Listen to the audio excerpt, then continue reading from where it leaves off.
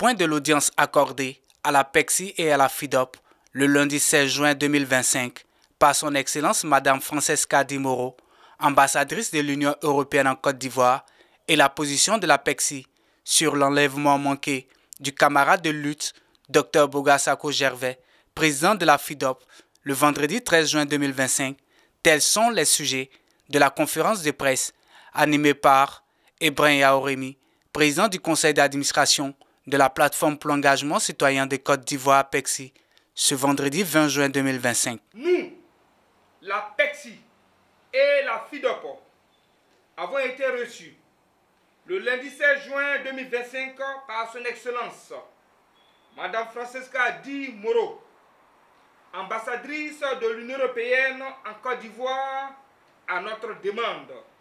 Cette séance de travail à laquelle n'a pas pu participer de manière physique Dr Boga Sako Gervais, président de la FIDOP, pour les raisons que vous savez maintenant, a été l'occasion pour la PECSI et la FIDOP de remettre officiellement à son Excellence Madame l'ambassadrice une note d'interpellation qui contient nos différentes propositions de sortie de crise pour avoir des élections apaisées,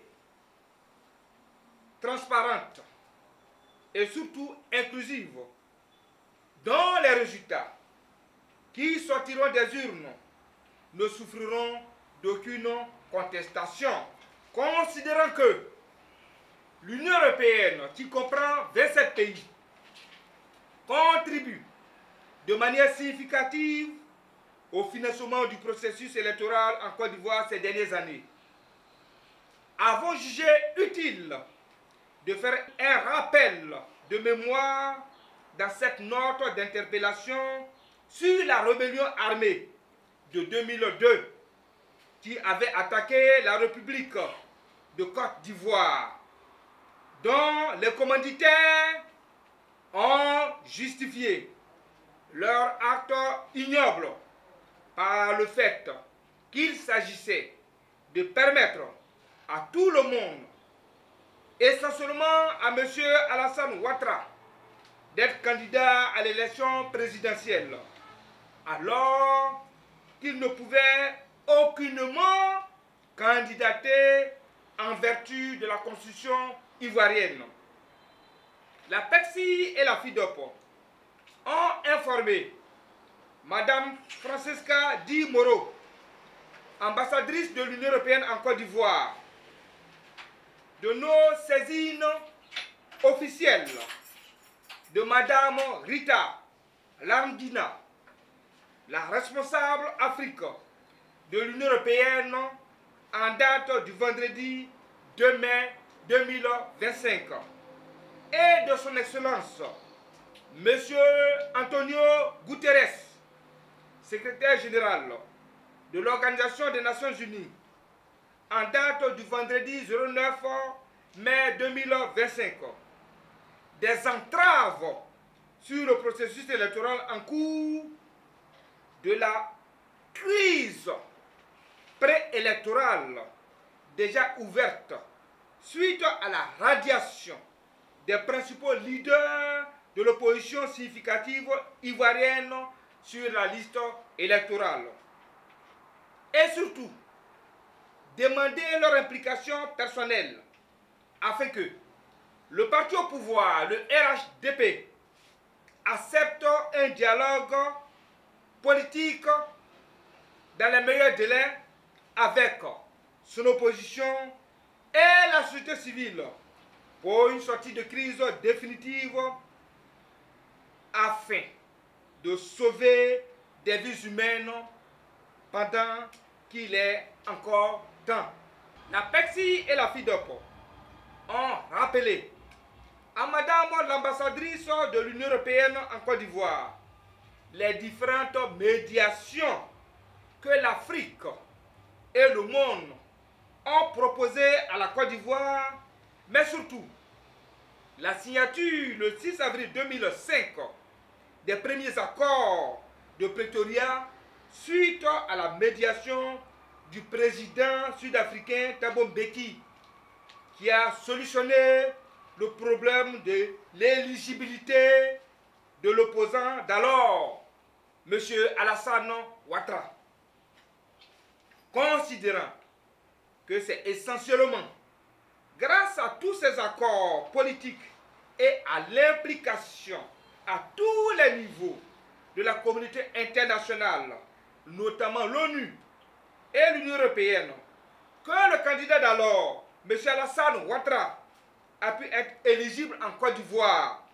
Alors, il était incompréhensible pour nous, acteurs importants de la société civile ivoirienne impliqués dans le processus électoral en Côte d'Ivoire, le refus catégorique de son parti au pouvoir, le RHDP, de dialoguer avec l'opposition pour avoir des élections inclusives, apaisées et acceptables par tous pour mettre fin à cette série de crises électorales à répétition qu'a connue la Côte d'Ivoire ces 20 dernières années. La PECSI et la FIDOP ont rappelé les attentes et revendications légitimes de la société civile ivoirienne à son Excellence Madame l'ambassadrice sur le fait que le contribuable ivoirien fasse le sacrifice suprême pour mettre à la disposition de la commission électorale dite indépendante CEI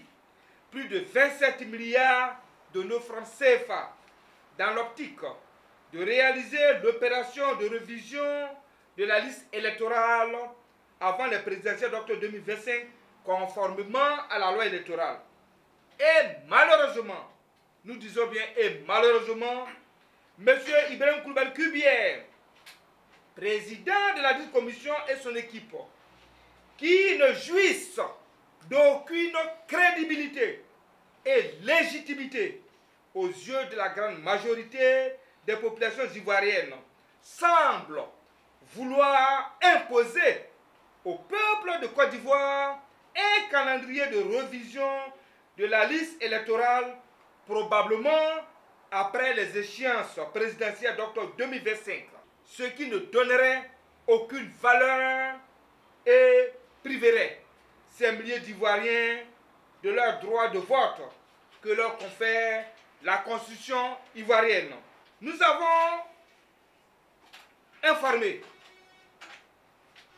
à son Excellence Madame l'ambassadrice qu'après analyse et constat, le seul parti politique qui soutient M. Ibrahim Koulibaly Kubier et son équipe dans cette tentative inavouée et solitaire est le parti au pouvoir, le RHDP, pour nous imposer des élections bâclées et taillées sur mesure, bien entendu. La PECSI et la FIDOP ont fait part à Madame l'ambassadrice de l'Union européenne en Côte d'Ivoire qu'elle rejette avec fermeté la fameuse liste électorale dite définitive de M. Ibrahim Koulibaly Kubier et son équipe, qui contient des irrégularités notoires et qui est confligène. À cet effet, la PECSI et la FIDOP ont soumis à Madame l'ambassadrice de l'Union européenne en Côte d'Ivoire 4 conditions objectives à remplir pour avoir des élections apaisées, transparentes et inclusives dont les résultats ne souffriront d'aucune contestation. La première proposition soumise à Madame l'ambassadrice, la liste électorale ne serait définitive qu'après sa révision en 2025 avant l'élection présidentielle d'octobre, comme l'exige la loi. C'est un droit pour la population ivoirienne et une obligation pour la commission électorale dite indépendante, donc pour l'État de Côte d'Ivoire. La deuxième proposition, soumise à son Excellence Madame l'ambassadrice de l'Union européenne en Côte d'Ivoire, la liste électorale ne serait crédible qu'après l'avoir auditée. pour la débarrasser de toutes les imperfections relevées par des experts commis de l'opposition ivoirienne et de la société civile. Troisième proposition soumise à Madame l'ambassadrice, la liste électorale ne serait totalement définitive que lorsqu'elle aura réintégré tous les principaux leaders de l'opposition ivoirienne qui en ont été radiés abusivement et injustement. Quatrième et dernière proposition soumise à son excellence Madame l'ambassadrice de l'Union européenne en Côte d'Ivoire dans notre lettre d'interpellation. Mieux, parce qu'il est constaté désormais le manque de crédibilité et de légitimité de la commission électorale actuelle dite indépendante. Nous demandons la dissolution pure et simple de cette institution et sa recomposition par de nouveaux acteurs qui seraient apolitiques, issus de la société civile, ayant le sens du devoir républicain, mais surtout désignés par consensus. En définitive, la PECSI et la FIDOP ont fait savoir à son Excellence Madame l'ambassadrice de l'Union européenne en Côte d'Ivoire qu'elles s'opposent et qu'elles s'opposeront à toute nouvelle guerre liée aux élections bâclées et taillées sur mesure pour faire passage en force en cette année 2025 en Côte d'Ivoire. C'est pourquoi nous en appelons encore au sens élevé et à la sagesse de tous les acteurs politiques, sans exception, et plus particulièrement au chef de l'État, son Excellence Alassane Ouattara, président de la République de Côte d'Ivoire, d'accepter sans délai notre proposition d'organiser un dialogue inclusif pour trouver des compromis et un consensus aux problèmes cruciaux qui minent le processus électoral avant toute organisation d'élection. En réponse à notre note d'interpellation à Madame l'ambassadrice, Madame l'ambassadrice Francesca Di Moro, ambassadrice de l'Union européenne en Côte d'Ivoire, nous a informés et rassurés des actions diplomatiques de haut niveau qui sont en cours avec tous les partis politiques de l'opposition ainsi que le pouvoir en place, le RHDP, pour trouver des solutions au blocage politique.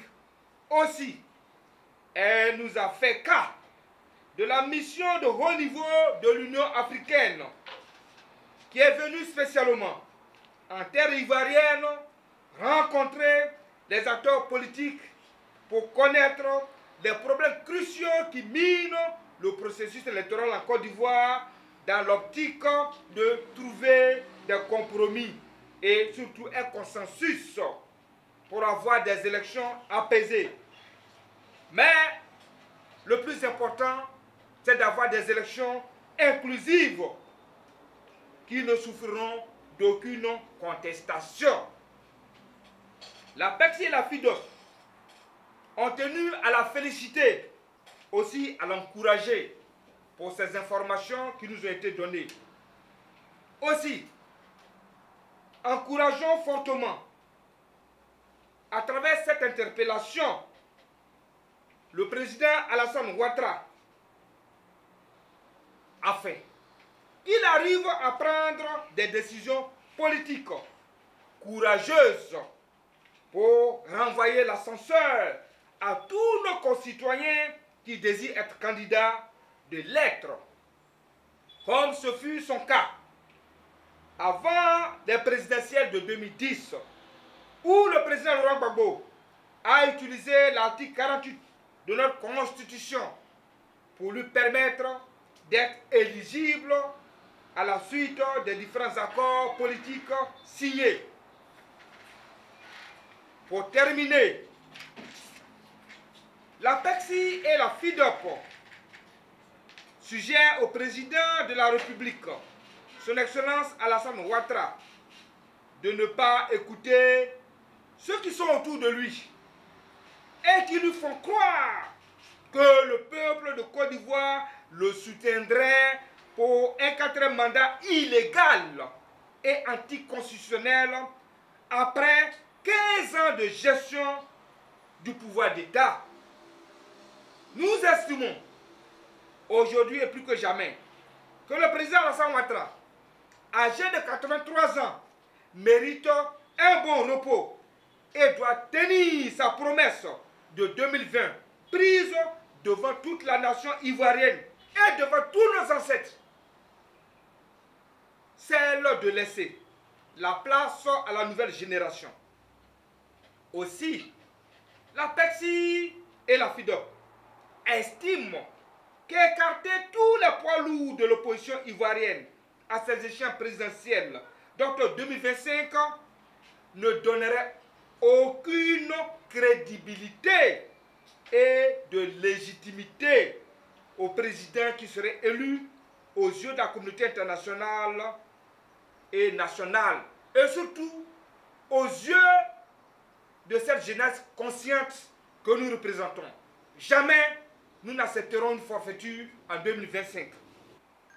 La plateforme pour l'engagement citoyen de Côte d'Ivoire, PECSI, qui comprend 37 organisations, associations, ONG, mouvements de la société civile ivoirienne, que nous présidons, condamne fermement, avec la plus grande énergie, cet enlèvement manqué de notre camarade de lutte, Dr Boga Sako Gervais, président fondateur de la FIDOP, Fondation internationale pour l'observation et la surveillance des droits de l'homme et de la vie pacifique, qui se retrouve en exil forcé aux États-Unis pour ses opinions sur le processus électoral en cours dans notre pays, la Côte d'Ivoire.